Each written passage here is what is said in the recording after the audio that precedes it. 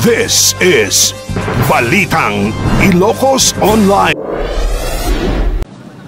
Honored guests, fellow public servants, beloved kakailian, sa araw na ito, muli din niyo akong pinagkatiwalaan ng karangalan na magsilbi bilang kinatawan ng ikalawang distrito ng Ilocos Norte.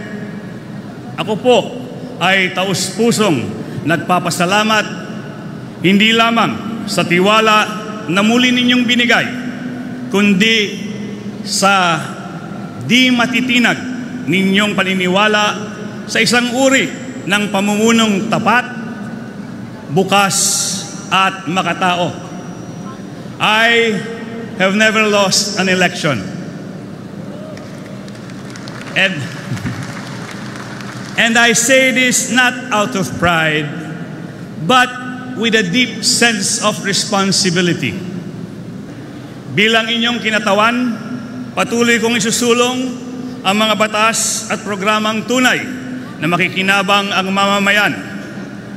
Mula sa mga magsasaka ng Dingras, Batak at Badok, sa mga manghahabi ng Paway at Pinili, sa mga maliliit na negosyante ng San Nicolas at Banna, mga kapatid nating mangingisda sa Corimao at sa ating mga masisinop ng mga kababayan sa bandang Silangan, Marcos, Nueva Era at Solsona, hanggang sa mga pamilyang nangangarap na mas magandang bukas sa bawat sulok ng ating distrito. We live in a time when politics is often met with cynicism, but I believe that public service, when done with sincerity and integrity, can still restore faith. That is my commitment, to be visible, to be accountable, and to be present, not just during elections, but in every moment that matters to you. Mga kakailian, hindi ko kayang mag-isa. Ang tunay na pagbabago ay hindi lamang bunga ng liderato, kundi ng pagkakaisa. Sama-sama nating itaguyod ang isang Ilocos Norte na mas maunlad, mas makatarungan at mas makatao. To the people of the 2nd District, thank you for the honor of your trust.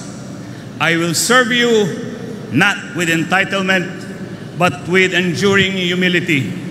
Agbyag ti Ilocos Norte, agbyag ti agserbi tinalinteg, napudno ken para iti amin. Maraming salamat po at isang mapagpalayang araw sa ating lahat.